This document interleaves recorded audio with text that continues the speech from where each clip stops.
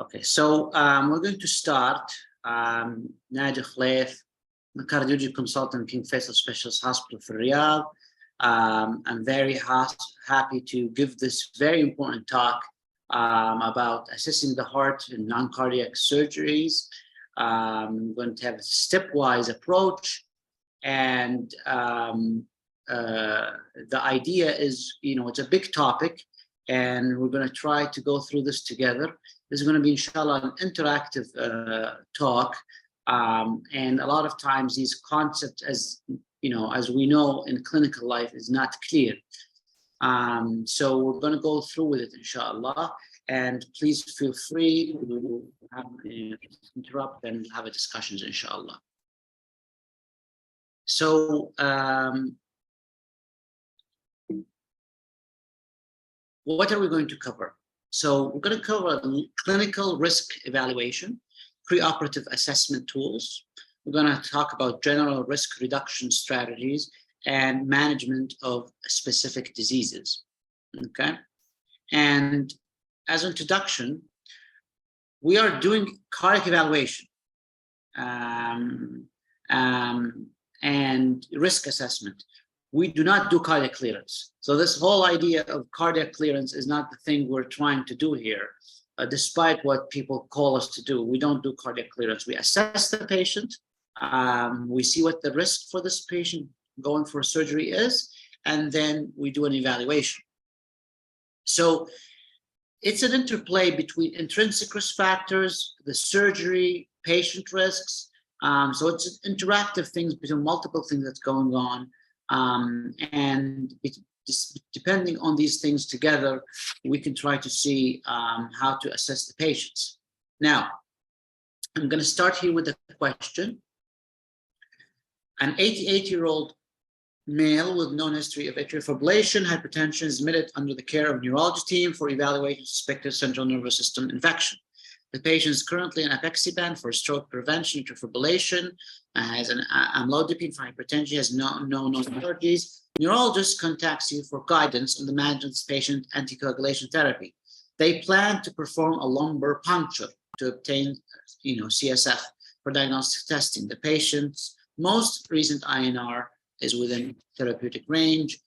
His creatinine is normal. Which of the following is the most appropriate recommendation for the management of this patient anticoagulation therapy before the lumbar puncture? So, is it continue apixaban without interruption, proceed with lumbar puncture, hold apixaban for 24 hours, then restart 6 hours after the procedure, hold apixaban for 48 hours, and then restart 48 hours later, replace apixaban with low molecular weight heparin, and then do the lumbar puncture, discontinue the, Flixad 24 hours after the procedure, administer vitamin K to reverse the anticoagulation effect of apixaban. What do you guys think?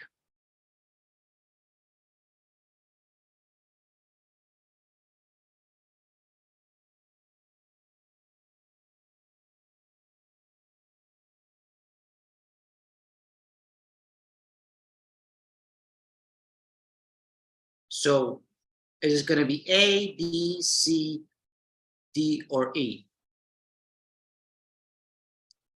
So I see A.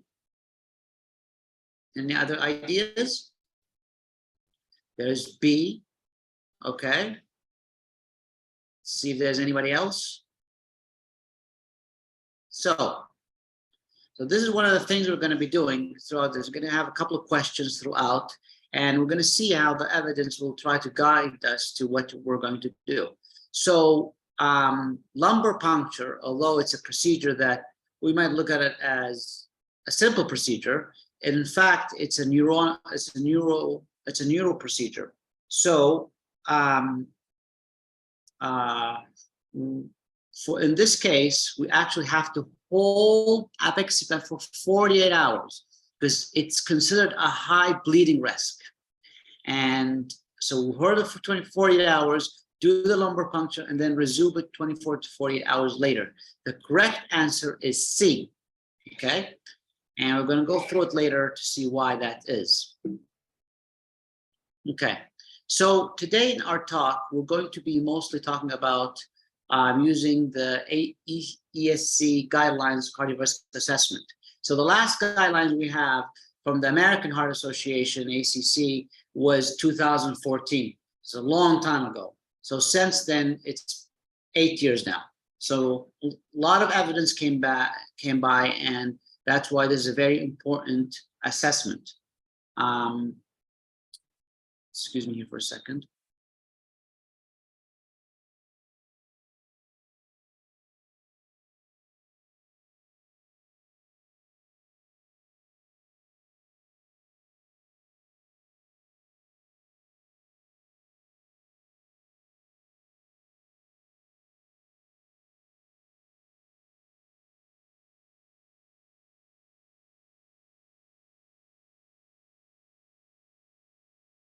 Sorry, did I get disconnected? Okay, so we're going to talk about the ESC guidelines, and this is going to be the major focus of our talk today.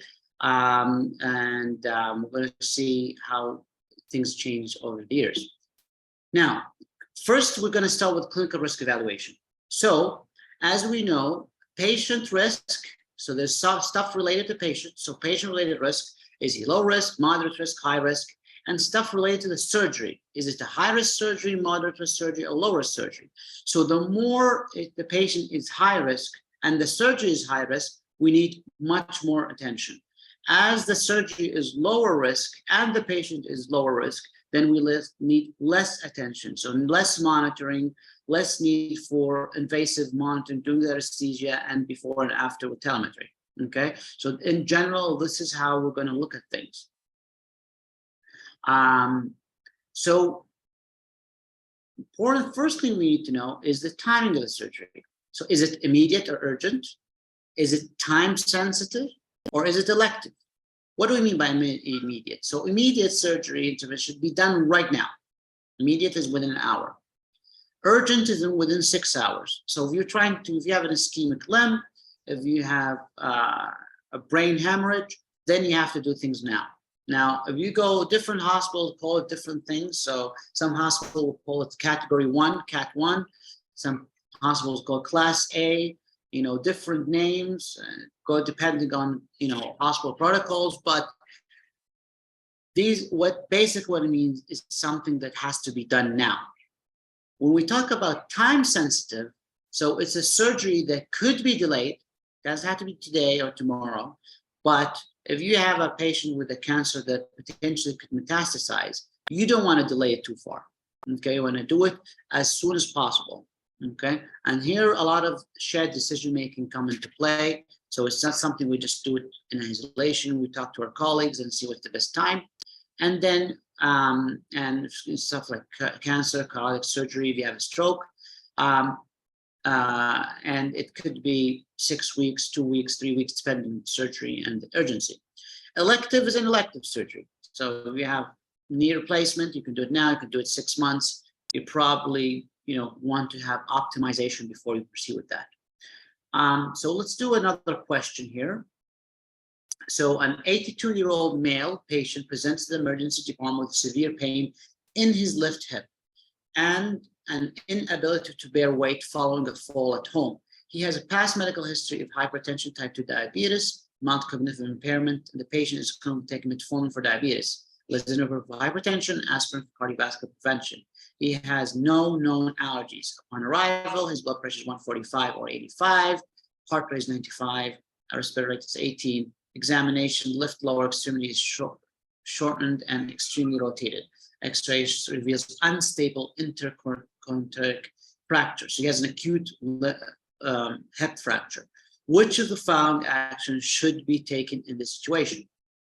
Now, do an ECG echo, then see the patient, decide the risk, transfer the patient immediately to the operating room for emergency hip fracture, do pre-risk assessment, then decide based on your risk, do a histophysical exam, and then decide.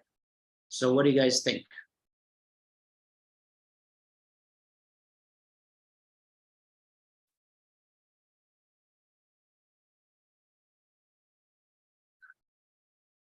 Okay.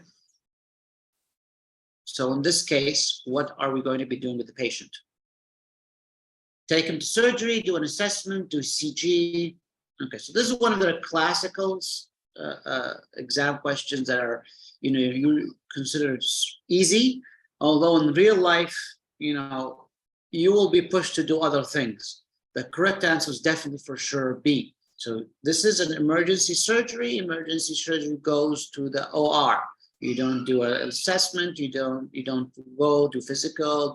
It's an emergency. So emergency, you have to go. Now, you could tell them that it's a high risk or not, so they can plan the level of acuity, but you do not want to delay the surgery. So definitely the correct answer is B. And so when you have an urgent surgery, so if this surgery is an emergency surgery, okay, you go directly to,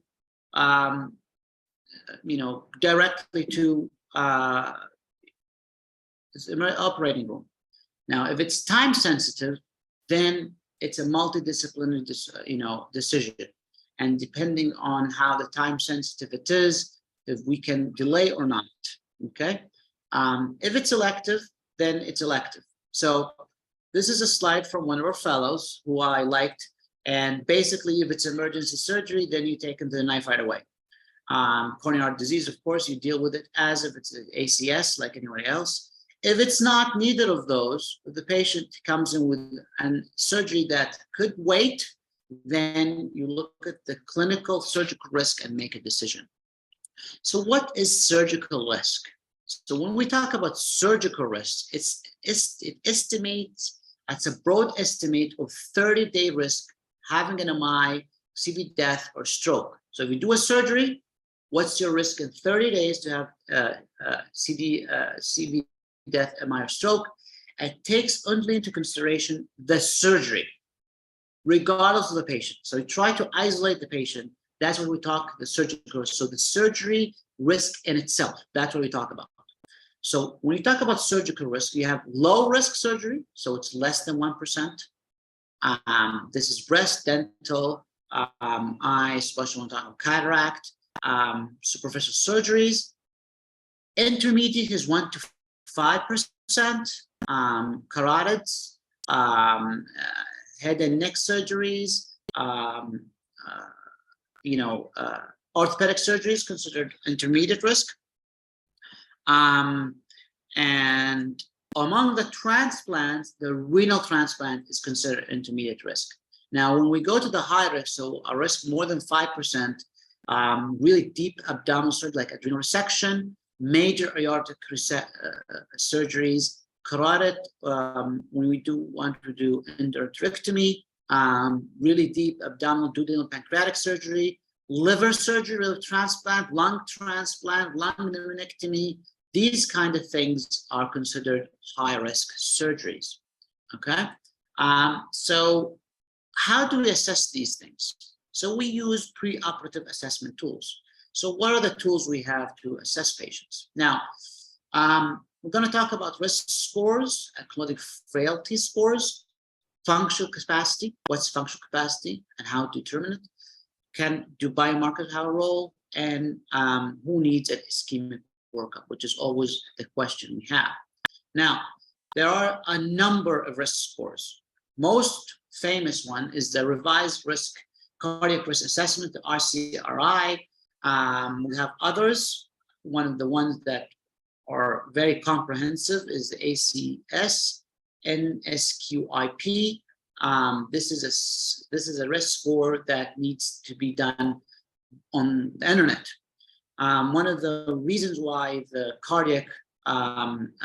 revised cardiac risk index score is really famous is because you can do it at bedside, a couple of points, and it has been validated a lot of times. This is based on the Goldman criteria in the 70s, revised initially done by Dr. Lee in 1999, and then had a major revision in 2019. Now, before we go to that, we'll have another question. And here, we're going to say we have a 65-year-old male patient scheduled for elective colorectal surgery due to recent diagnosed colon cancer, past medical history of stable angina, type 2 diabetes, currently taking metformin and insulin for diabetes, amlodipine for hypertension, atorvastatin, dyslipidine, aspirin, nitroglycerin as needed for angina. The patient reports occasional chest discomfort with climbing the stairs, relief with nitro. Blood pressure is 145/90, heart rate is 65, heart rate is 16, respiratory 16, his BMI is 28. Labs show creatinine of 110. Given the patient's multiple cardiac risk factors, perioperative assessments necessary to determine his risk according to the revised cardiac risk index. Which of the following factors, in addition to coronary artery disease, would be included in the risk stratification of this patient prior to Alkholaif surgery? So coronary artery disease, we know that for sure. What else? So high-risk surgery, is this a high-risk surgery? History of hypertension, history of congestive heart failure, preoperative treatment for diabetes, or preoperative elevated serum creatinine. So which of these, okay, following factors are included in their certification? Okay, so what do people think? Okay, so we have some people say it's history of heart failure. Some people say it's preoperative treatment diabetes. We have saying that it's a high-risk surgery. Okay, some say high-risk surgery and heart failure. Okay, so we have a really good mixed bag. Okay, so we go back. We go back to the slide. So this patient going for colorectal surgery. This is an intermediate risk surgery, so we don't count it. This patient's presenting with anginal symptoms, so this is not heart failure. His creatinine is 110, so it's elevated, but it's not elevated to the point that is considered a risk factor in this revised cardiac risk score. The correct answer is treatment for diabetes. So this patient is in insulin. So you have insulin-dependent patients with diabetes, that is considered a risk factor, in addition, of course, to the coronary artery disease this patient has. Okay, so he is RCRI of 2. All right, so let's talk a little bit about this. So the creatinine, the creatinine should be 170. I'm going to show it in a bit. So it was 120 is not considered a risk factor. So we're going to talk about it in a second. So your revised risk. So history of MI, history of heart failure, history of stroke or TIA, diabetes and insulin, creatinine is 177, and surgery type. So intrathoracic, intraperitoneal. So intraperitoneal. So when we talk about pancreatic and liver stuff, and suprainguinal vascular. So we have AAA. So these are the things that are posed the really high risk surgeries, okay, that we include them. And the RCRI is, first perceived 1999. It's updated 2019 by Dr. Lee. Dr. Lee is the first author of the 2014 pre-risk assessment in the American Heart Association. So he is really the person to be in this avenue. We give 1 point each. 0 is the risk of 3.4, 1 is the risk of 5, 2, 10, and 3 or more, 15, and broadly speaking. You can calculate it since it's easy and simple, and hence that's why a lot of people adopt it. You can calculate it at the bedside. You can go to MidCalc and use it, put it in the system, but it's actually very straightforward. Now, if you look at the other one, so the surgical risk calculator, the ACS NSQIP. So this is actually more comprehensive and might be a little better to evaluate and be able to predict outcomes. So why we do these risks? We want to see which patient, before they go to surgery, what's the likelihood of them having a bad outcome, okay? So we use this risk to give us a risk estimate. This probably is more comprehensive but you cannot do it at the bedside. You have to put it in a calculator. So you use the surgical risk calculator, and there is a lot of things going on. So it looks at the age, looks at the ACA class, is the patient on steroids, is the patient having sepsis, is he on a ventilator, is he hypertensive, all these other things, BMI and everything, and then comes in and tells you a score and an estimate. Now, one thing is risk of the patient. So we talked about the patient risk, we talked about the surgical risk. Now, aside from his risk, what is his function? What's his functional capacity? So the three things you want to know at the beginning from when you see any patient and you're evaluating him, whether you're seeing as outpatient or inpatient, you want to see three things. What's his risk? So does he have an MI before? Does he have diabetes? His risk as he is. You want to see the surgery he's going. Is it a high-risk surgery, intermediate risk surgery, low-risk surgery? And you want to see what's his function capacity. What is he able to do? Because the better his functional capacity, the better he can do. The worse his functional capacity, the more likely he is to have negative outcomes, and also important for diagnostic purposes. So the basic one is able to climb 2 flights of stairs. So this has added value to RCRI score. So if you do this and help it plus the RCRI score, it gives you a better indication. So this is what translated almost to 4 METs. So you could do 2 flights of stairs. You can do 4 METs, and this is what's commonly known. However, the Duke activity status and the DASI is a much more comprehensive assessment of his functional capacity. And we'll go through in a bit, telling you why. So just a little bit of METs. So if we talk about METs, so one MET is flat, walking flat. As you go from taking care of yourself, walking indoors, walking 100 meters, you go from 1 to 4 METs, climbing up 2 flights of stairs or up the hill is 4 METs, sexual activity, certain intercourse is maybe 5 or 6. And then if you could do swimming, tennis, really active stuff, then we're talking about 10 METs or more. Now, there is a big study that was done. It's called the METs Investigators.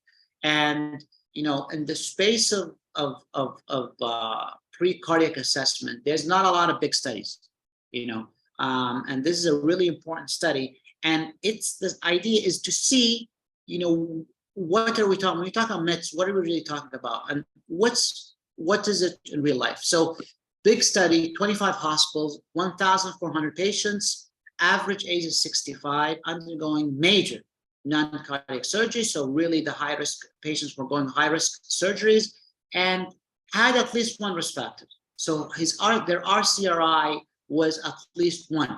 Okay, so either MI, stroke, coronary disease, heart failure, diabetes, and insulin. All of them had a subjective evaluation. So seen by an anesthesiologist, was saying, can you walk stairs? Can you go up? Can you go down? All these things. And then they had an assessment. Are they high risk, good functional capacity, poor functional capacity? And all of them did the DASI, so the Duke score, and we're going to go through what it is in a second. But what's important in this study, okay, so we talk about METs, but it's subjective. But with all of these patients underwent cardiopulmonary exercise testing and pro-BNP. So all of them went on a treadmill or a bike and then had their oxygen demand calculated. So the same procedure they do when we want to take patients for heart transplant and calculate. They put this thing on their mouth and see what's the oxygen consumption, and you actually have an objective number. So it's not just saying, and you calculate. So what's the results? So when we looked at subjectively these patients, what they did, so when we looked at these patients, how much of them was decided at the bedside that had less than 4 METs, 107. So about 8%. So that's subjective. Now, after the actual the cardiopulmonary test, so we actually measured their peak O2, and 4 meds is equivalent to 14 mL per kg per minute, is objective. We found that actually among these 1,400 patients are 230, so double the subjective. Okay, so just to let you understand that their subjective assessment of functional capacity is a lot of time underestimating. So the patient said, "Can you walk 2 flights?" Yeah, I can. Put them on a treadmill, do the oxygen test. No, they actually can't. So double your assessment. Okay. So it did not predict MI and death in this cohort. So the prediction for subjective assessment and actually even the cardiopulmonary test wasn't as good as we thought.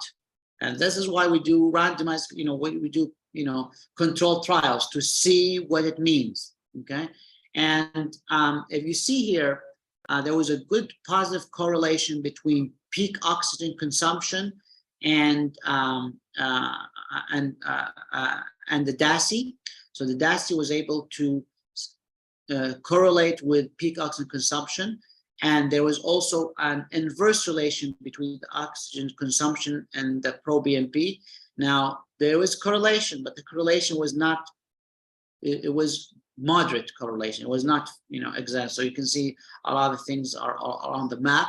However, DASI and pro-BNP were better in protecting outcomes than cardiopulmonary and your classic, functional capacity assessment. So that's very important to keep in mind. That's why a lot of people are thinking that probably pro-BNP is an important risk, especially when we're looking at high-risk patients. Now, what's the Duke Activity Status Index? The DASI. So you go to MedCal. So it's, again, one of those tests that you can't just do it at home. You can't just do it at the bedside. You have to go to the patient to, put it in a calculator, and it gives you what's the meds based on the questions. And can the patient take care of themselves, walk indoors, walk 22 blocks, run short distances. And so it's about 2 pages of these things. Do yard work, have sexual relations, participate in moderate recreational activity, participate in student activity. So why do people think that why did it do better than, let's say, the actual objective functional capacity? So the objective functional capacity, probably takes into consideration a little bit more stuff. So a little bit more of the frailty aspects of things. And probably that's why it might have been a little bit better in predicting outcomes. Now, when you have a patient that's 70 or an elderly patient, a very important thing to do is, in addition to their functional capacity, you want to see what's their frailty. And a lot of times, when you go to the bedside, you see the patient, you say, you know what? They don't have diabetes, no hypertension, probably they have low RCRI score, surgery is probably moderate surgery. But then you see the patient at the bedside, you say, no, this patient is high risk. And it's a lot to do with frailty. So frailty, so you can look, when you look at a very fit patient, running, doing everything, have some symptoms in control, no active disease, active but not athletic, or a lot of these patients are in 3, so people able to manage well, they're doing well, but they're not really active. Now, the second stage, when you talk about vulnerable, so he's not dependent on others, but he has symptoms of level, limited activity. This is when you start worrying. Once you get to mild frailty, so they can do their ADLs, but they need help, this is when the prognosis and the negative outcomes increase significantly. And as you go more to moderate frailty, they're in the house, they can't do anything without help, or they go to their severe frail, completely dependent, and of course, severe frail, they're bedbound. And of course, lastly is terminally ill. These are patients who are really, really high risk, even if everything else looks normal, and that's why a lot of people try to incorporate this and in addition to their normal evaluations. And it's very important because frailty is really important as we're having more and more aging population determining what to do with these patients. Now, what test do we order? Okay, so you have a patient, what do you want to order for tests? So you did history, physical exam. If you have a really low risk patient, low risk surgery, really not, you don't do a lot of things. And this goes for most patients. So low risk surgeries, if you want to drain an abscess, you probably don't need to do a lot, of much. Once you go to intermediate, then you start looking at the patient's risk factors. High risk, probably, even if they're young and they're low risk, generally speaking, probably still want to do an ECG. But as you have these high patients with the risks and doing intermediate to high risk surgeries, these are the ones you probably want to do an ECG plus minus, and then functional capacity evaluation, and then you want to see really what you want to do. And as you go higher risk surgery, high risk patient, the more you want to do a better, thorough evaluation, see what you need to do, and evaluate what needs to be done. So biomarkers and NT-proBNP, troponin T. So we usually think about this as stuff we use to diagnose heart failure for proBNP, diagnose MI for troponin. But in the cardiac pre-operative assessment world, these are used for prognostication. So who are the patients who are high risk? So we want to think about diagnosis versus prognosis. So if you have a patient with the ER, has chest pain, you want to see if it's an end-stem, you do a troponin. So this is one use. If you have a patient going for a high-risk surgery, and the patient you think he's high risk, but you're not sure, if you do a troponin and it's elevated, it doesn't mean you need to do an angiogram because he has a plaque rupture, because it's ACS. Rather, it's because the patient is at high risk of having bad outcomes. In general, anytime the troponin is elevated, whether it's cardiac or non-cardiac, it's always bad news, always poor prognosis. And that's the same with proBNP. Whether you see it in the pre-op assessment world, heart failure world, sepsis, dissection, anytime you see elevated troponin, it means you have high risk of poor outcomes. Now, it does not mean you need to do 200 platelets and take them to the cath lab. That's not what we're saying. We're saying it means high risk. Now, how to address the high risk is a very different thing, but we could say they're high risk. So we look at the biomarkers in a prospective study of 1,000 patients. So we look at the Lee index, the RCRI, and we see zero as we go from 0, 1, 2, 3, the risk of having poor outcomes, mortality increases.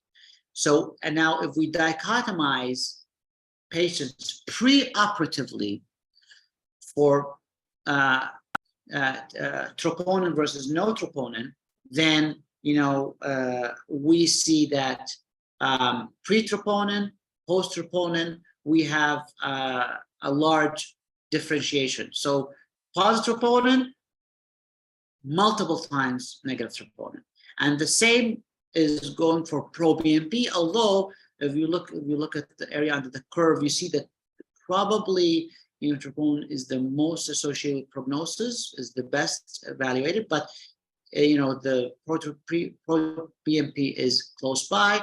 Now, Lee index is good, the RCRI is good, but those are more predictive of outcomes. So again, let's look at another case, 77-year-old patient, TI-CKD, diabetes, going for cataract surgery, what to order next? So should we say ECG, call us back? Should we say diabetes and do we say echo and call us back, stress, do all of the above, do nothing? So what do you guys think?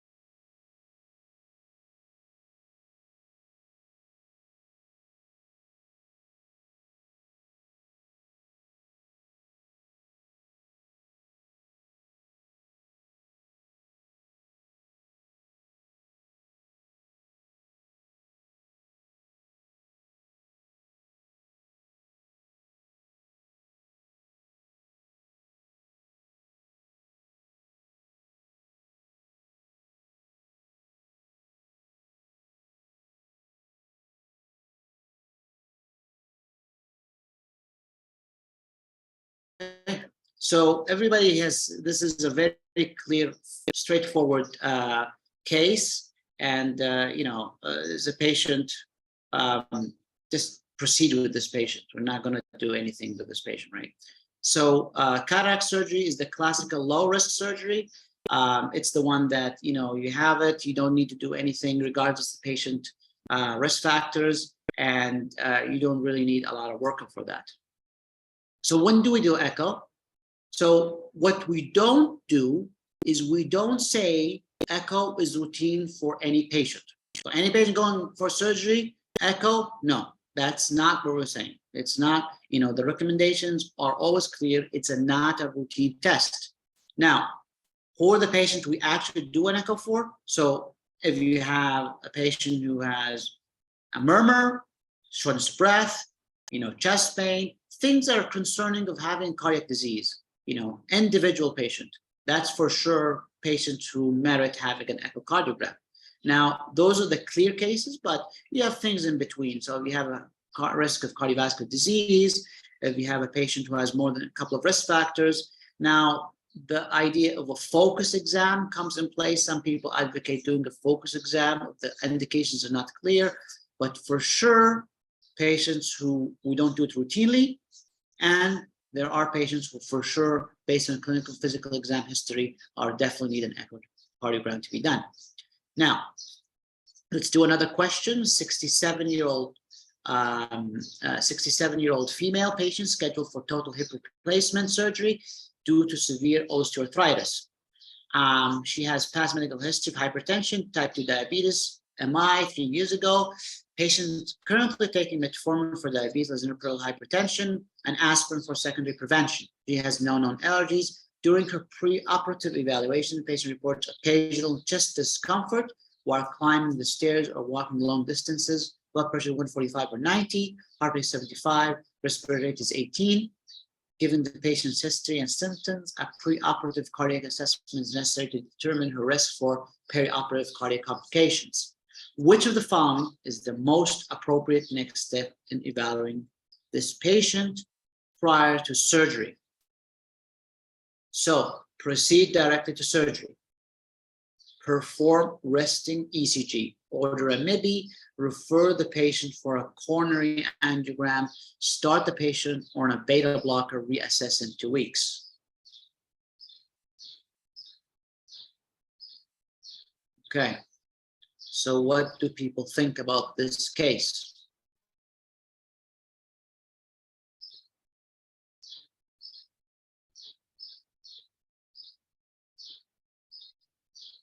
Okay. So now we're getting into the gritty part of the, the talk. This is when things get a little grainy here. So do we take them to surgery? Symptomatic risk factors? Do we do an ECG? Will that be enough? Do we need to do a MIBI? Will that be enough? Do we do an angiogram? Is that ultimately we need? Or do we just say, you know what, start a beta blocker and see in 2 weeks? So we have a little bit of mixed opinion here. And the correct answer to this patient, to this question is actually, this is the patient where you want to do a MIBI scan. Now, why do you do that? So this is a patient who, definitely has risk factors, has exertional chest pain, and he's going for the surgery. We want to see if this patient has active disease. Now, you do an ECG by itself is not going to be enough to tell you whether there is new findings or not. It's not sensitive, specific enough. You don't go for an angiogram because you want to assess the ischemic burden. So if this patient has ischemia or not. Now, when we say ischemia, we don't necessarily mean that are we going to PCI? No, we are assessing the risk. So is this an elevated risk or not? And a MIBI scan or a WTB echo can help us with that. And that's independent from doing an angiogram. Okay, so angiogram could help with the symptom, but it might not give us the answer in terms of risk assessment. Now, if we do have a high risk scan, or then we can do an angiogram later. That's a different issue. But for now, we are doing this. Okay, so we do an order a NIBI scan. Okay, so this is as we said, this is an issue of discussion. And if you ask a couple of cardiologists what to do, it's something that you have to think about things differently from different perspectives. But now we know, and doing an angiogram in the perioperative, does it help us change prognosis? Now, we don't really have good evidence, yes or no, but we know that some of these tests do change our prognosis. Now, if we look at who are the patients that we're going to do an ischemic evaluation, who are they? Okay, you do not do it for a patient doing for emergency surgery. So you have the highest risk patient going for emergency surgery. Again, we have to this is clear. We don't do that. We don't do a ischemic workup. The patient goes for surgery. Okay. Now, we're not saying if a patient presents with acute coronary syndrome. Acute coronary syndrome is treated as acute coronary syndrome. But if the patient has an emergency surgery with the risk factors, we take him for surgery, understanding he's at high risk. Okay. Now, the second thing we need to know, you do not order for patients under low risk procedures. So if the patient is going for emergency, we don't do it. If the patient is going for a low risk procedure, abscess drainage, cataract surgery, dental procedure, we do not do a ischemic workup, okay, regardless of how high risk he is, okay? We do not order it for patients who are asymptomatic. So the patient does not have symptoms and has good functional capacity. So this is the catch.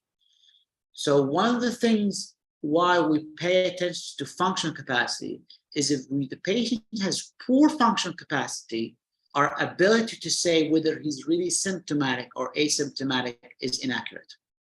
So if you have a patient said, well, I don't have chest pain, but he really doesn't move around the house, you can't really assess his functional capacity. But if he does have good functional capacity, he plays tennis, and he's still asymptomatic, these are not patients we do an ischemic workup, okay? So these are the things for sure.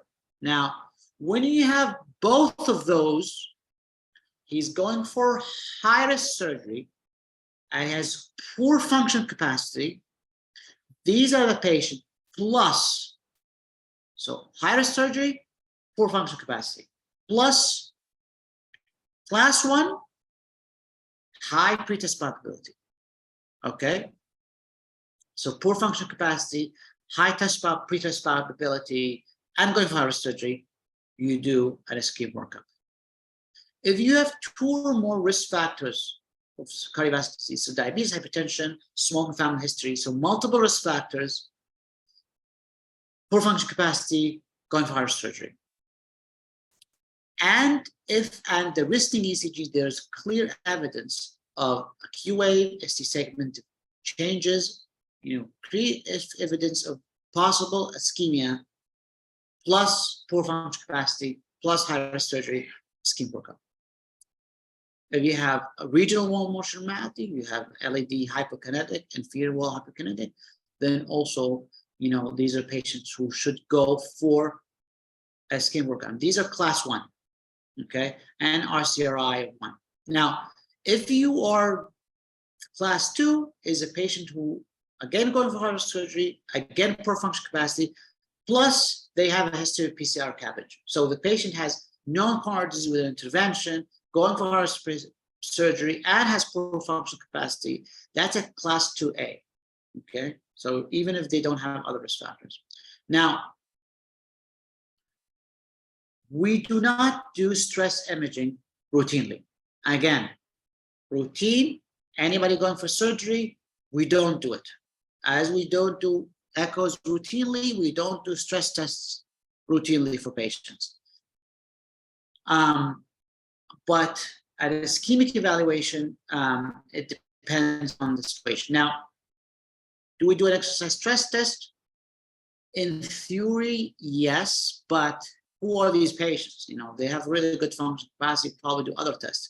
Usually the sensitivity specificity is not good enough for us to really help us. There are patients that really can't do. We have left bundle, ST changes, WBW. It is usually in the pre-operative assessment, usually is reserved in centers that really don't have other modalities of imaging. Now, the WBTM stress echo versus myocardial perfusion images are in general similar. They both have really good negative predictive value. So we do a WBTM stress echo, resting echo is completely normal, stress echo is completely normal. You know, then you know, these are good negative predictive value. Both have good negative predictive value. Okay, but they have poor positive predictive value, especially for low risk patients. So if you have low risk patient and it's positive, is not really that good in really detecting who's going to have good outcomes. So we look at this study here. So this is the, you know, and it's an important study. We looked at 42 patients who were operated on, and they did a WBTM stress. So this is an older study, but it shows you, you know, really what do we mean by pre-risk. So these are patients who had a negative test. And when you look at the negative test, you know, negative test, whether the patient had coronary artery disease beforehand or no evidence of coronary artery disease beforehand, it's low risk. Okay, so these are 42 patients. 66 were low risk before doing the test. 76 were high risk before doing the test. If it's negative, it's unlikely. So among the negative patients, you have low risk. Okay. However, when you look at the positive, in this patient, these are patients who have positive tests, yet none of them had cardiovascular events.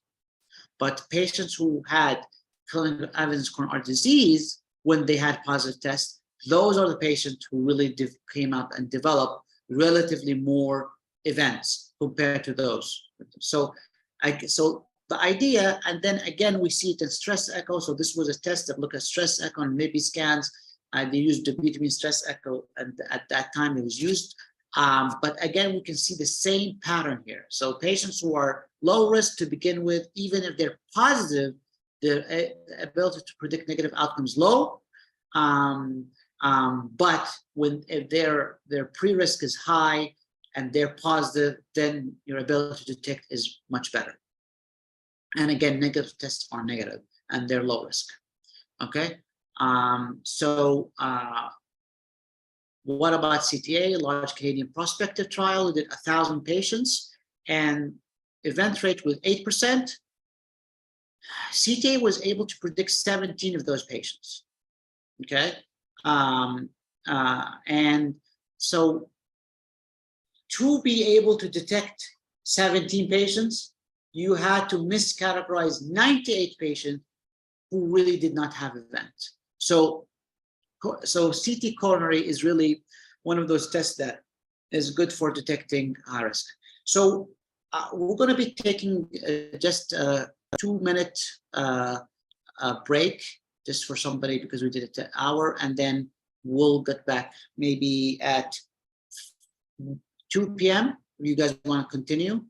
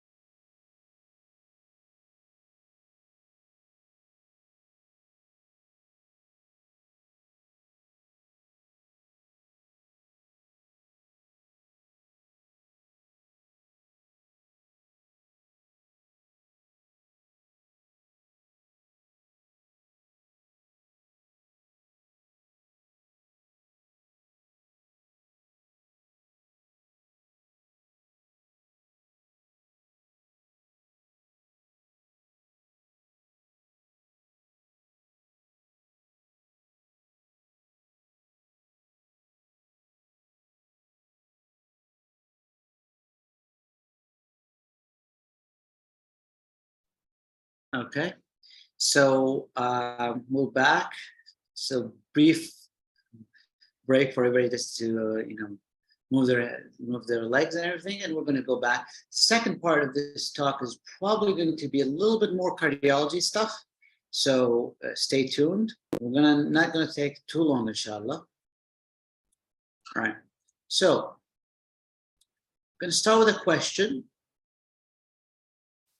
60-year-old patient with a resectable colon cancer has a positive stress test the night before proposed colon resection. On treatment for beta blockers, aspirin, nitrate, and statins, what would be your next step? So you had a positive stress test before surgery. Coronary angiogram, do surgery, then coronary angiogram, low risk, proceed for surgery, elevated risk, and proceed for surgery. What would you say the best way to go ahead with this is?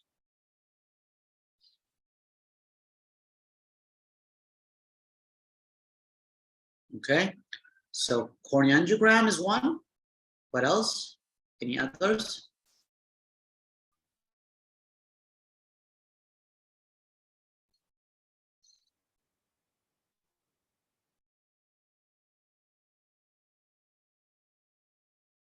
So most people will probably do a coronary angiogram, although saying that he's in elevated risk and proceed for surgery could be reasonable. But if we decide to say we go for a coronary angiogram, this is what happens. So you do a coronary angiogram, shows single vessel disease, 95% proximal LED stenosis. The general surgeon feels that the cancer must be resected within 4 weeks, preferably 2, and in hopes of achieving a cure. Which coronary treatment offers the best approach for this situation? PCI with stent, wait 10 days, and then do the colon resection, do a coronary bypass, then do the colon in 3 weeks, increase beta blocker and proceed, do a combined coronary bypass and resection at the same time, do balloon angioplasty, continue beta blockers, and do colon resection 14 days.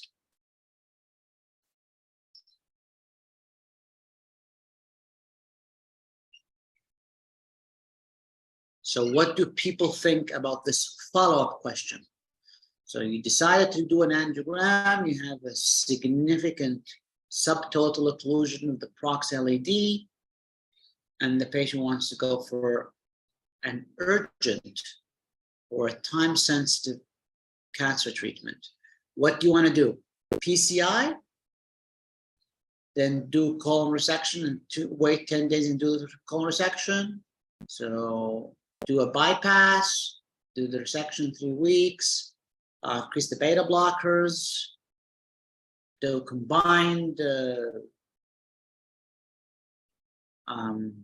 coronary bypass and resection at the same time, or do balloon angioplasty.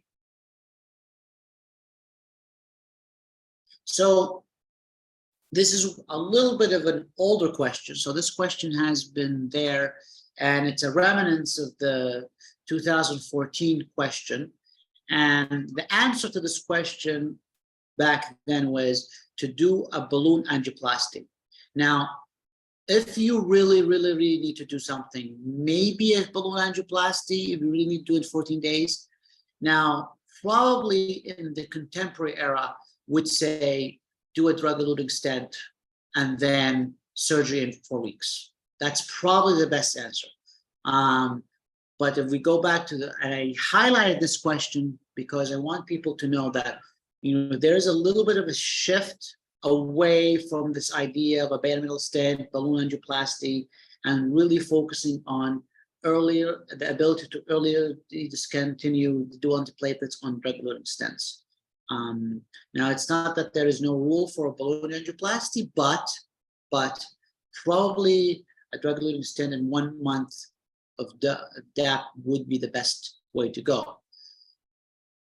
Now, general risk reduction strategies. We're going to talk about general risk reduction strategies in general. So after we decide, you say, you know what, we're going to go for surgery. We do accurate physical exam. We advise stopping smoking. And when we talk about smoking, our the best evidence is we stop smoking 4 weeks prior to surgery. That's the best outcome. So 4 weeks is the optimum. You want to treat your hypertension, diabetes, heart failure medications, and coronary disease medications. So you want to optimize all these prior to surgical elective surgery. So what are the things you want to do?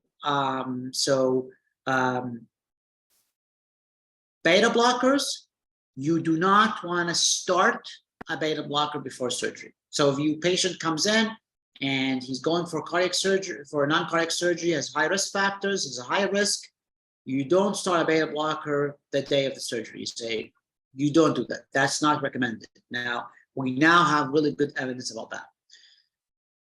One of the things you probably want to do, if the patient has borderline blood pressure, you probably would want to stop your ACE or ARB the day of surgery. So prior to surgery, the day of surgery, stop it and resume it when homeostasis is achieved. That's a little bit of 2A, is a little better. And now, of course, we have SGLT2 inhibitors. Everybody's getting it. Heart failure is a very good medication. You probably want to stop that 3 days before non-cardiac surgery. And of course, we'll talk about, intermediate to high-risk surgery. The worry is from euglycemic ketoacidosis. That's the worry, a theoretic worry. This is not based on really solid evidence. It's morely about some case reports and so forth, but this is somewhat of a consensus. This is the most recent thing. These are a little bit of a new recommendations. The beta blocker is a little bit more clear that it's level is class A.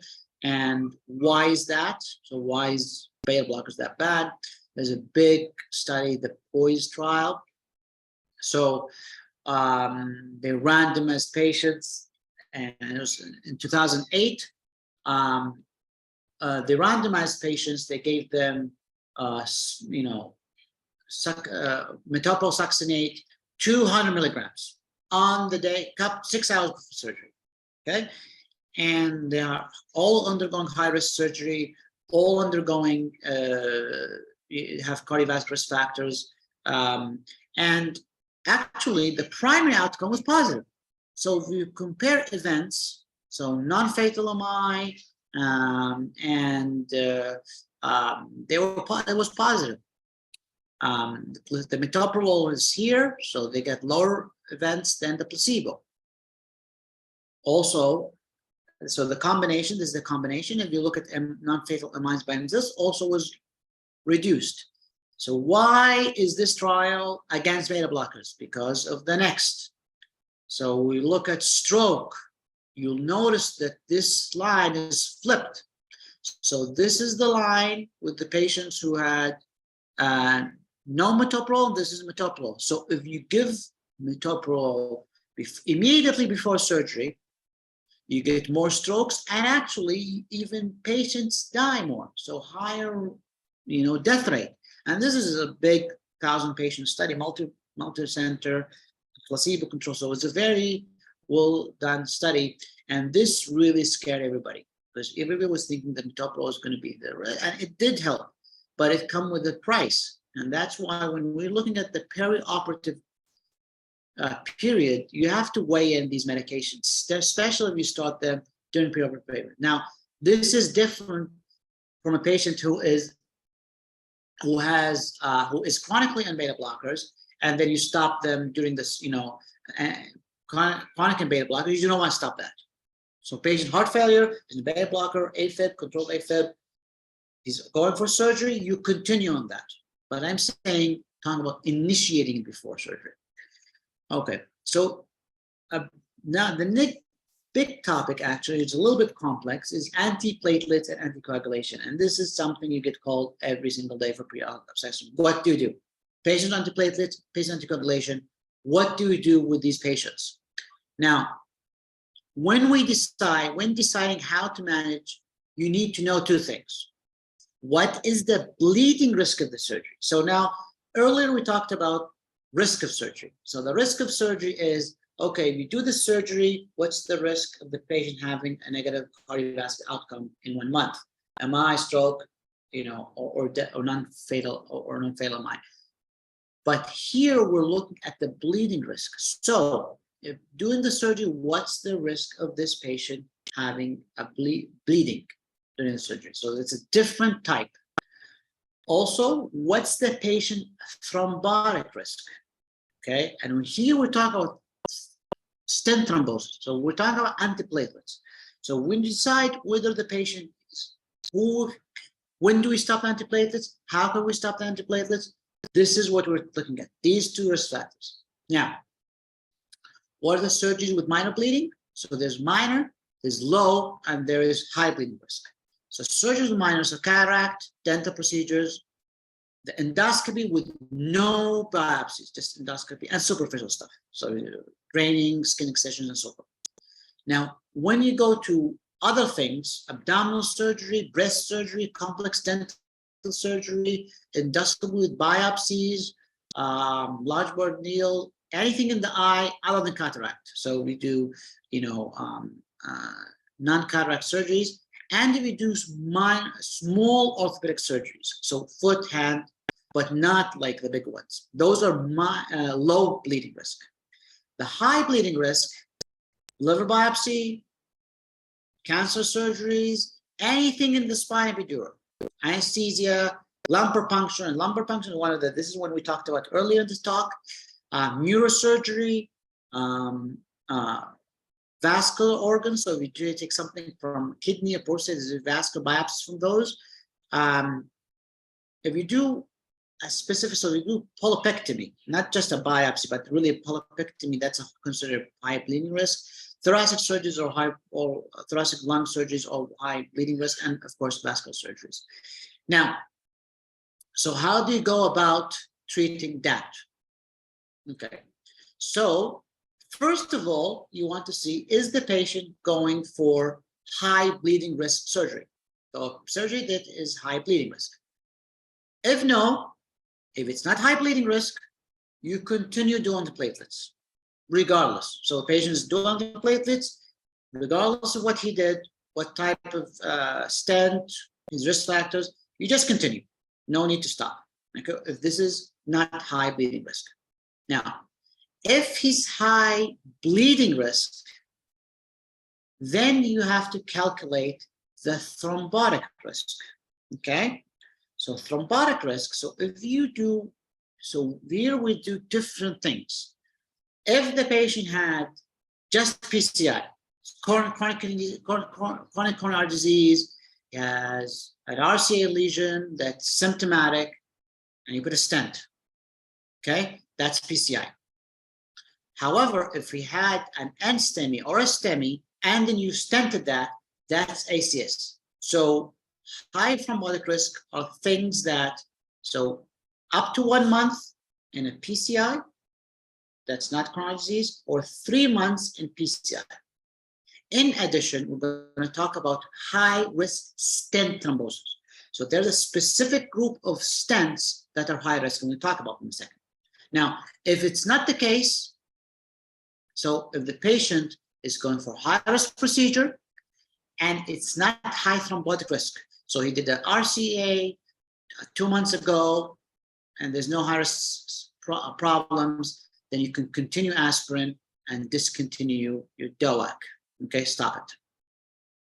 Now, the interruption, you can interrupt it to 3 to 4 days. Ticagrelor, Copidogrel is 5 days, 7 days. Okay. If the patient's going for a time-sensitive procedure, okay? If it's not, you don't do surgery.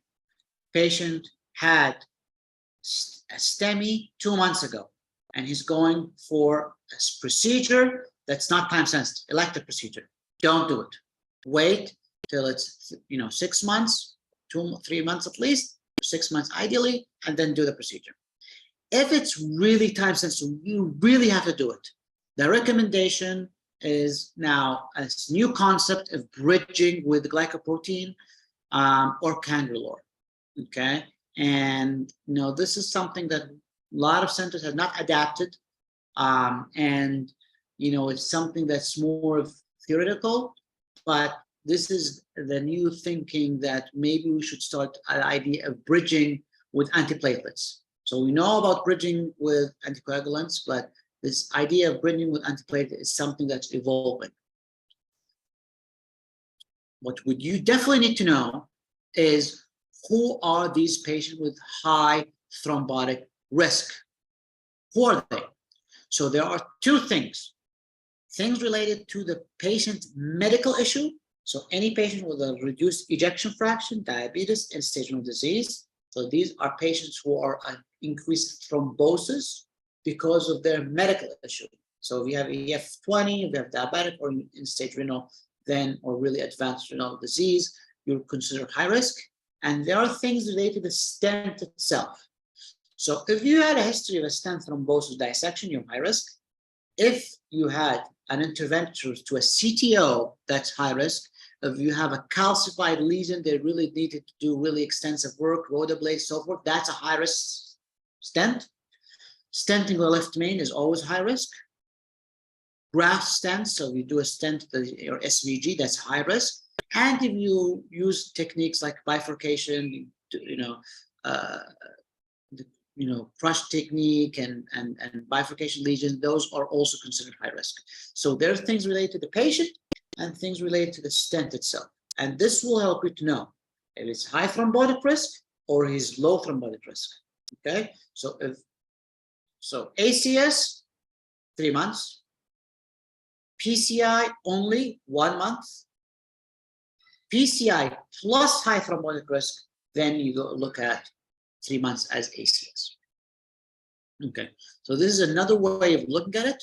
So if you have a patient who had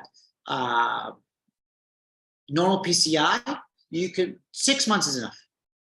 You don't even need to do 12 months. So PCI, no risk, no thrombotic risk. It's not ACS, so it's PCI. So you had an RCA, you staged left circ, and it was not bifurcation, none of those thrombotic risks. The patient is not LV dysfunction, doesn't have diabetes. Then 6 months is enough. This is based on ESC recommendations 2022, right? This is different from what we know from 2014. Now, if you want to stop it after 1 month, you can. It's a class 2A. Okay, and that's why you need it because of surgery. So if it's type sensitive or you have something urgent, you potentially could stop it after only 1 month, right? Anything before 1 month, that's high risk, not recommended. So this is by individual case by case. You do it, but you understand it's a very high risk. So any PCI before 1 month is high risk. After 1 month, if there's no other risk factors, it's not ACS, it's acceptable, and the best is after 6 months. Now, ACS, high risk PCI, or ischemic risk, 12 months, we know that. We can say 6 months if you need to push it. 2B, 3 months, so probably if you really need to go, it's 3 months. Anything before 3 months is high risk, very high risk, prohibitive.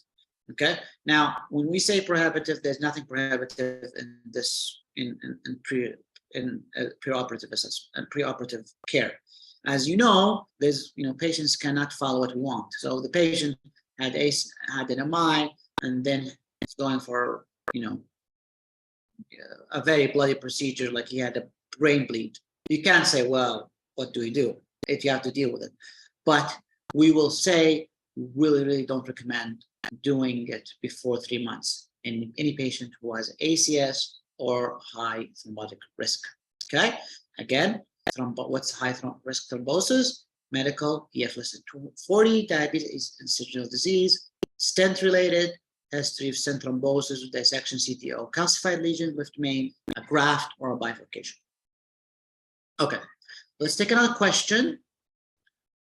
And we'll say here, 70-year-old male patient scheduled for total knee replacement surgery due to severe osteoarthritis in the right knee. He has past medical history of non-valvular atrial fibrillation, hypertension, diabetes. The patient is currently taking metformin for diabetes, lisinopril for hypertension, apixaban for stroke prevention. He has no known allergies. Patient's blood pressure 138/85, heart rate 80, BMI is 29. Increased risk of perioperative due to anticoagulation with apixaban. Which of the following is the most appropriate management plan for this patient with anticoagulation prior to total knee replacement? Okay. So, continue apixaban without interruption. Stop apixaban 2 days before the surgery. Bridge with low molecular weight heparin, and then start apixaban 48 hours later after you bridge. Stop apixaban 2 days before surgery and restart 48 hours after surgery. Switch the patient to warfarin 1 week before surgery, and INO-3, stop apixaban 7 days before surgery, and do not restart until 48 hours after surgery. So what would be in your opinion, the best way to do it? Okay, so some would say, so we here see people want to do stop 2 days, restart 48 hours. Some want to say, you know what, let's do the bridging with apixaban. Some will say, you know what, let's just, so those are the two main choices I see people doing. So either stop apixaban without bridging or with bridging. So the question is, do we bridge or we don't bridge? In general, so the correct answer to this question is no bridging. No bridging is probably going to be the majority of the cases. NOACs, we rarely bridge. Almost never bridge with NOACs, okay, or DOACs. Bridging is usually warfarin. So let's look at this a little bit more. So what is the bleeding risk? So when we address anticoagulation, again, we're going to look at the bleeding risk for the surgery and the patient embolic risk or thromboembolic risk, okay? And high thromboembolic risk is high in the following. So first we'll look at mechanical valves. So mechanical valves, these are the patients with very high risk. So mitral tricuspid, so these are low flow valves. So we have low flow valve, high risk of thrombosing. Aortic valves are high flow, they're not low flow. So therefore, a usually aortic valve you can get away without, they're not high risk considered unless they're either old, so the ball and cage type. You have additional stuff, so you have atrial fibrillation, you already had a thromboembolic, phenomena, so you might have it again, or if you have left ventricle dysfunction, okay? So mitral tricuspid all the time, aorta if old generation or other risk factors, okay? So how about if you have, it's not, so the indication of warfarin is not mechanical valve, it's AFib, so, or VTE. So if you had a recent stroke, okay, you're high risk. If you have, antithrombin 3 deficiency, protein C or S deficiency, you're also high risk. If you have an apical thrombus, that's a high risk. Okay, that's not considered normal. So apical thrombus, recurrence of VTE, high recurrence of VTE, like a congenital thing, recent stroke, or you really have to have really, really high risk. So it used to be low. So you used to say, if you have a CHA2DS2-VASc score, you need like a VASc score of 6. So not just minor stuff. You really have really high CHA2DS2-VASc score to say, okay, you're high risk. Okay, so CHA2DS2-VASc score at 6. Okay, so let's try to look at this in a little bit systematic way. So if we look at, if you have high bleeding risk, so if you don't have a high bleeding risk, That's easy. NOAC, just short interruption before the surgery and go ahead. And the same thing with vitamin K. No bridging. That's easy one. Okay, there's no high bleeding risk. If you have high thrombotic risk, then if you interrupt, if there's no high bleeding, so we don't have high bleeding risk, you can interrupt. Bridging is not necessary. So you don't bridge if you have low risk for surgery or you have no high bleeding, thrombotic risk. So the patient who are low risk, going for a low risk bleeding, no low bleeding risk, or patients who have low thrombotic risk, they don't need bridging. But when you need to bridge is when it's a high thrombotic risk. If it's a high thrombotic risk, and you try to defer it. If you can't, then then you have to go for it. And so mechanical valves, you have to bridge with the mechanical valves, and we talked about which ones. So if it's a mitral, tricuspid, or aorta with other things, you can bridge. But even an aortic valve with no additional risk factors, you probably don't need to bridge. Now, again, if we're talking about mechanical valve, the bridging is at class 2A.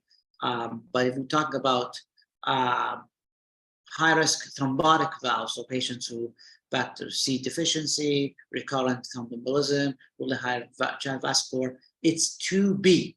So it's no longer, still we're erring away from bridging because there's a lot of complications. So one of the important studies in this field is a study done in BMJ, published in the pre-op 2, large double-blind randomized controlled trials. Again, we said this space is, we don't see a lot of randomized controlled trials. And basically, this is the design so people understand what they did. So patients on warfarin, and then 3 days prior to surgery, so you stop the warfarin 5 days prior, you start on diltiazem after the INR goes down, and then on the day of surgery, you stop, okay? And then after the surgery, you stop everything just prior to surgery, and then the randomization happens after. So while you're waiting for the warfarin to up titrate back to normal, do you give diltiazem or placebo? Okay, and usually about 4 days after that, you get to an INR that's therapeutic, and then that's what happens. This is the randomization. Now, large randomized controlled trial was blinded, 1,470 ages of fairly elderly patients. So these are patients who can bleed and have embolic phenomena. 80% had AFib and about 20% had mechanical valves. And this is a very, very important part because it's very, very difficult to recruit patients with mechanical valve in these kind of studies because everybody, freaking out. And about 30% of the patients who had mechanical valves had atrial fibrillation. Results, no difference. There was no difference between the two arms. Okay, so this goes against bridging. So if you're trying to bridge, but it's similar to not bridging, what are you trying to do here? Now, again, like all the studies, no matter how big they are, this study, unfortunately, was not able, it was underpowered. Even though it was 1,400 patients, it was underpowered.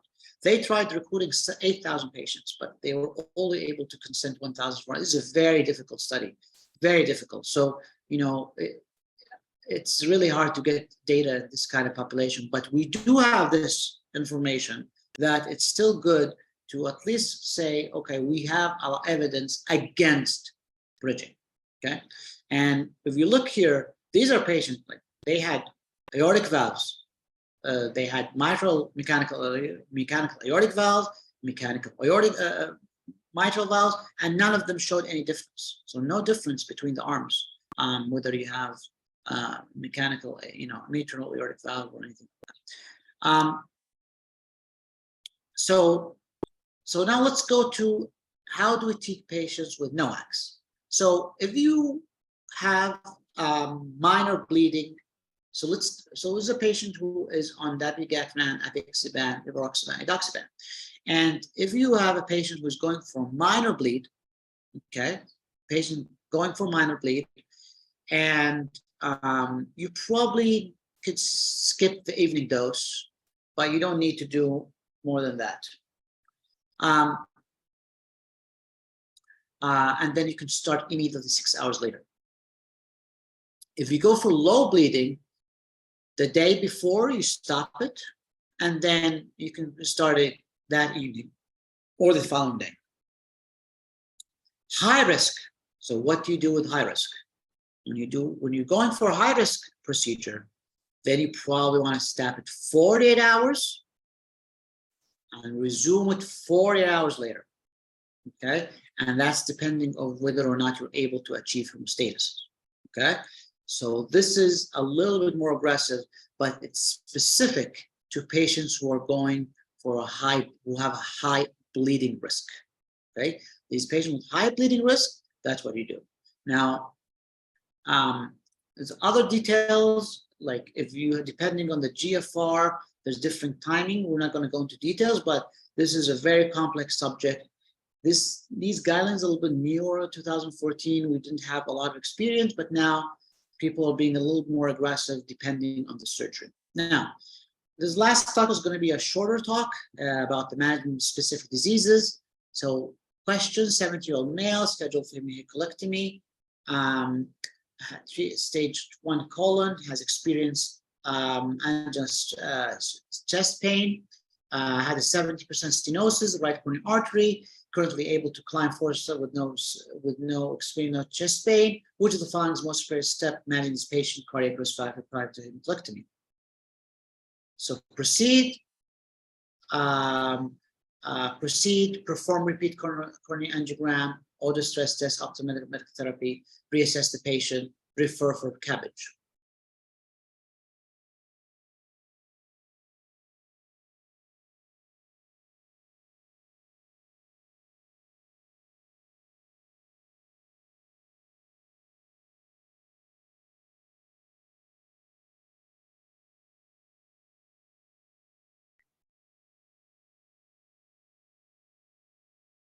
Okay.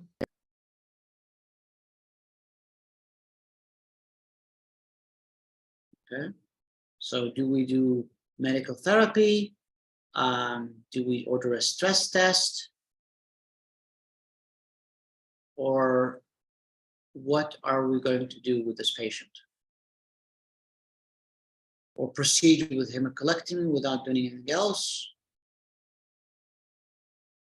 All right. So this is a patient. He's going for surgery. We knew he has a coronary disease. We did an angiogram. We know what's going on. Okay. Now, with this patient he's on aspirin beta blocker ACE inhibitor, good medical therapy. For this patient, this is a patient who will go to proceed with hemicolectomy. There's no need for further evaluation. We already know the disease. We decide to go not to treat it and go ahead with it, right? So when we deal with coronary artery disease, we treat it as guideline medical therapy for chronic, and for ACS, we treat it as therapy, like we do. So MI, we go right ahead with myocardial STEMI and so forth. So we don't really change because the patient is going for surgery. Now, sometimes if it's an emergency surgery, two conflicting things, then we need to do a decision. So as we know now, we are moving away from jumping ahead and doing coronaries in the stable angina patient. So stable, not having asymptomatic, controlled on medical therapy, you don't need to do an angiogram. You don't need to do a PCI.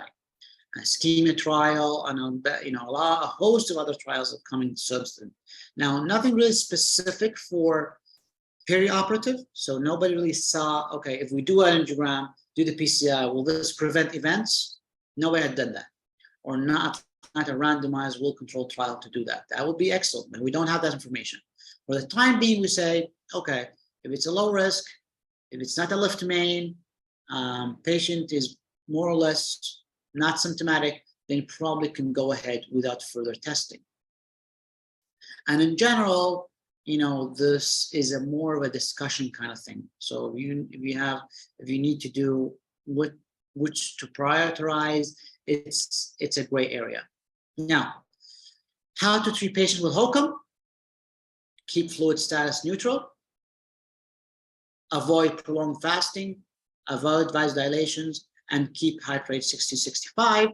So these are patients who are dependent, have a dynamic valve.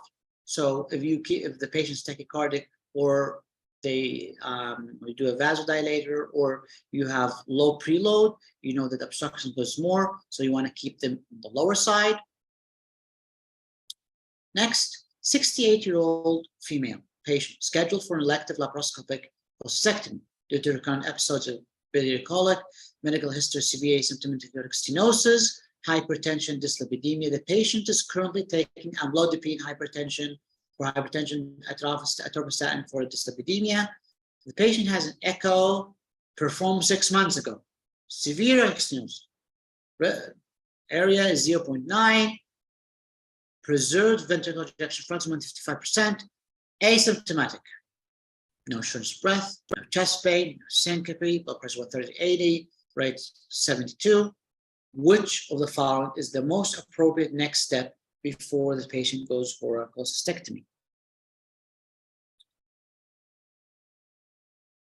Proceed to surgery without further evaluation, repeat the echo, order a stress test, refer the patient for aortic valve replacement before cholecystectomy, or perform a preoperative coronary angiogram.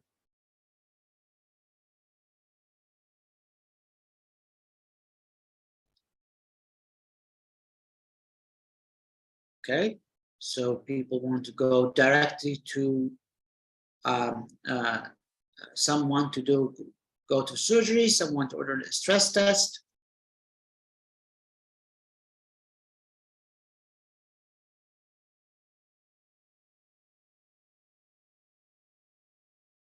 Okay, so in this case, probably the best way to do is to order an exercise stress test. Why? We want to know if this patient is really asymptomatic. He's going for a surgery, he's going for a big surgery. We want to know, is this severe aortic stenosis, is he symptomatic or not? Okay, so you actually went ahead and you ordered the stress test. The stress test, normal, no ischemic changes, good blood pressure recovery, no high fever, no blood pressure, low blood pressure response. Now, what do you want to do? Do you want to now go to surgery, or still you want to repeat the echo, take another look, refer him for surgery for AVR, or do you want to do a coronary or delay?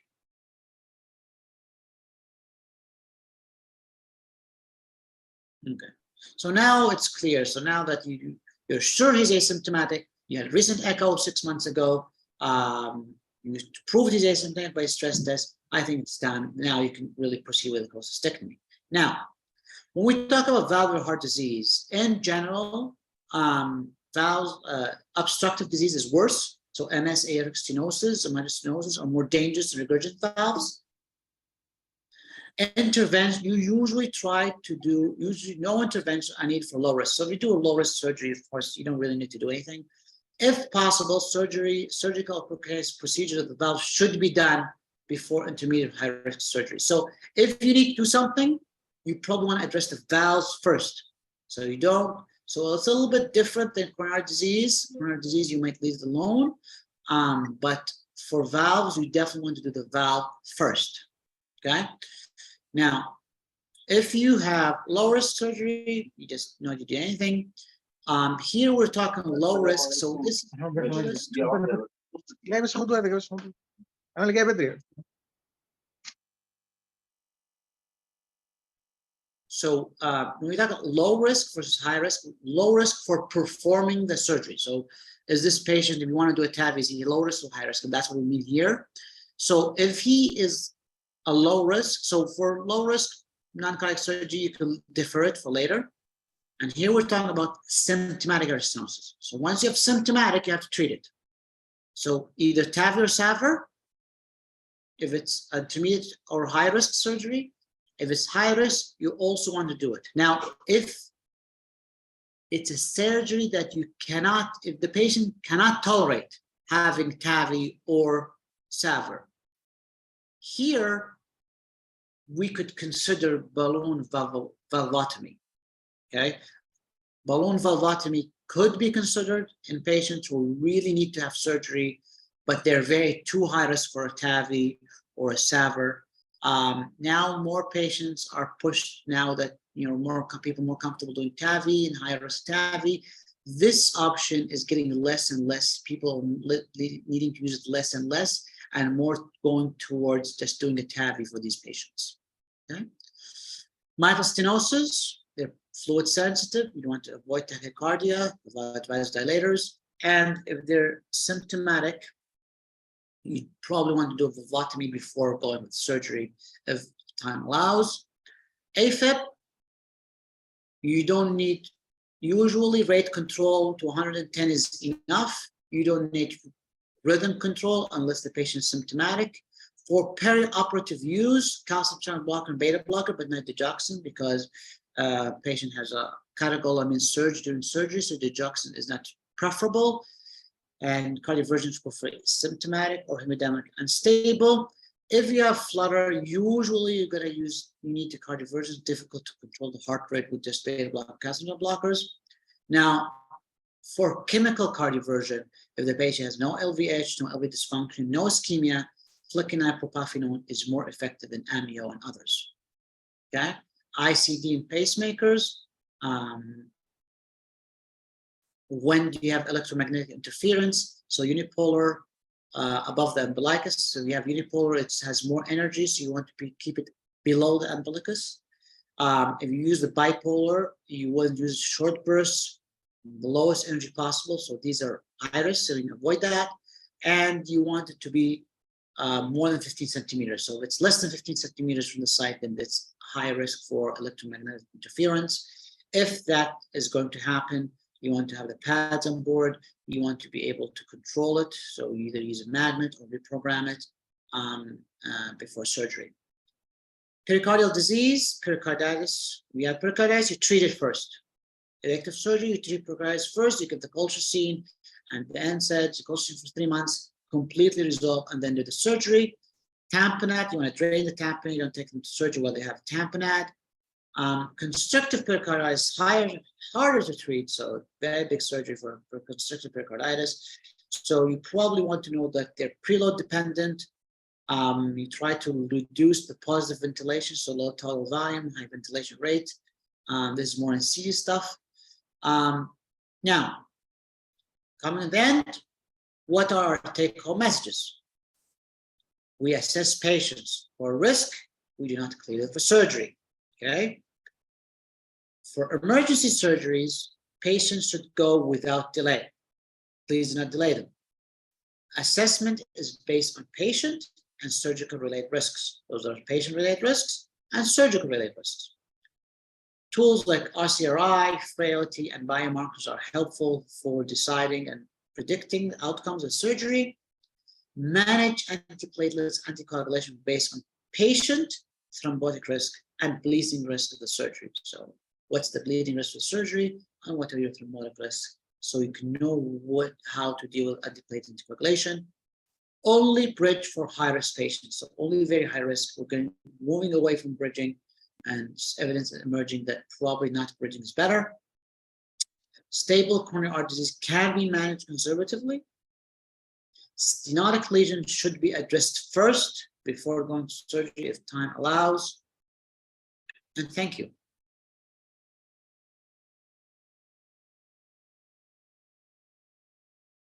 Any questions?